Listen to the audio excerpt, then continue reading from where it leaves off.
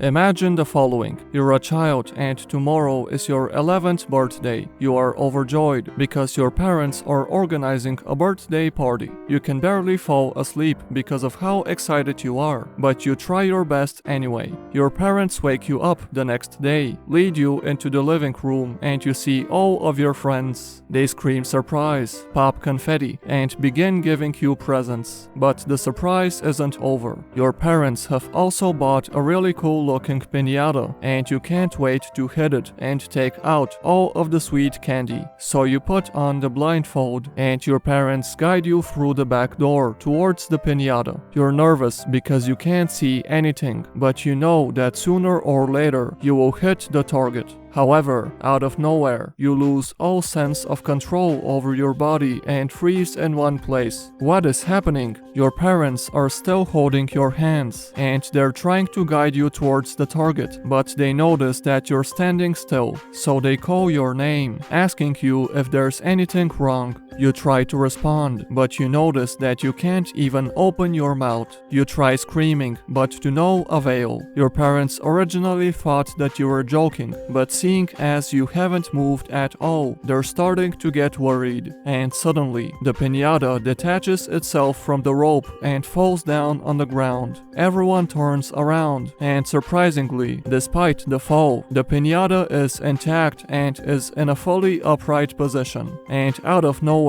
it begins to move towards the blindfolded child. In shock, everyone begins to scream, seeing as the piñata is slowly accelerating. And finally, it reaches you, and the last thing you feel is a heavy blow to the head. This is SCP-956. 956 appears to be a common piñata resembling an unknown four-legged animal. On first glance, it appears to be made of paper, but subsequent tests have revealed that it is comprised of glue, sugar, fur, and human tissue. But to an unsuspecting individual, the first sign of anomalous activity is the fact that SCP-956 is highly resistant to bludgeoning damage, with large amounts of crushing forces showing no damage to its body. However, this isn't without limits, and gunfire as well as heat and flame have shown to be effective. But on first sight, despite its physical resistance, SCP-956 appears to be an inanimate object. It shows no signs of locomotion or intelligence and displays no hostility. This is because 956 only becomes active under certain conditions. When a human child under the age of 12 enters within a certain radius, SCP-956 becomes active and the child becomes unable to move. Instead, the victim freezes in its last position and appears to be incapable of speech. However, victims have been observed to move their eyes, suggesting that they retain awareness. But not for long, because SCP-956 will then rapidly move towards the victim and bludgeon it until their torso ruptures. Upon breach, the victim's body discharges a large amount of unmarked candy, designated SCP-956-1, which ranges from dozens to thousands of pieces. The piñata then attacks all other immobilized victims in the vicinity before returning to a docile state. However, SCP-956's attacks can be avoided if the immobilized victim is moved away from the piñata in time. The victim, however, shows no signs of recovering from the immobilized state and appears to remain in such a state indefinitely. Autopsies of unbroken victims show that their body had severely dehydrated, leaving them brittle. Also, examination reveals that pieces of candy had already begun to grow out of the victim's organs, and the amount of SCP-956-1 seems to be directly correlated to the time spent within the activation radius. As for the candy itself, it is also anomalous, because if a person over the age of 12 consumes it, he or she will go into a seizure within minutes of consumption, and sometimes a cardiac arrest takes place. However, if a child under the age of 12 consumes this candy, we observe different results. This is because these children will become immobilized just like the original victims, their body then undergoes a redacted transformation, which takes a few minutes to complete. And upon completion, we see that the victim has transformed into another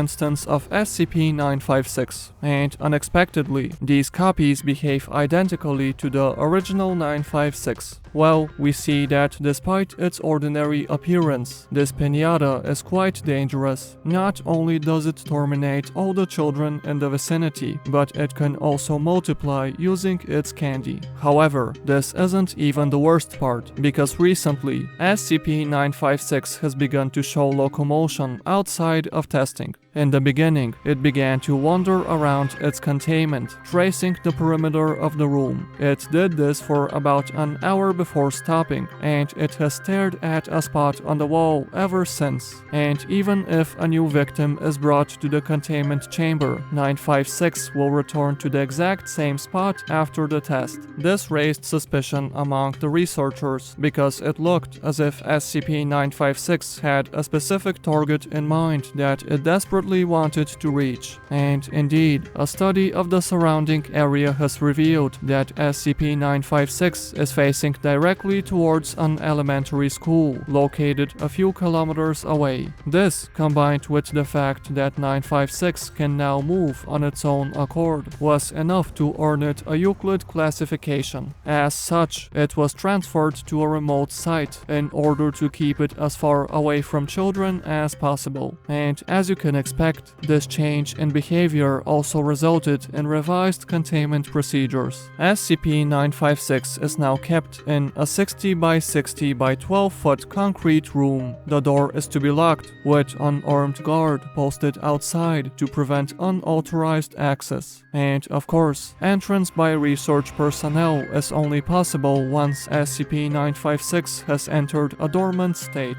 Also, all tests must be approved by the O5 Council in order to decrease the chance of 956 creating further copies. And if a child under the age of 12 happens to be in the area, it is to remain at least 600 feet away from the piñata. Also, all instances of SCP-956-1, the creature's candy, are kept in a nearby room at a temperature of 25 degrees Fahrenheit in order to prevent any damage. And of course, the candy is kept for testing purposes, but all experiments must be authorized by the O5 Council. And as for 956's copies, they are usually destroyed in order to minimize the threat of a containment breach. So as we see, SCP-956 combines ordinary and cute appearance with highly disturbing properties, something which makes it very creepy. So if you ever decide to buy a piñata after hearing this story, at least keep an eye out. If you enjoyed this video, then go watch our video about SCP-2599 and make sure to subscribe so you don't miss any of our upcoming videos.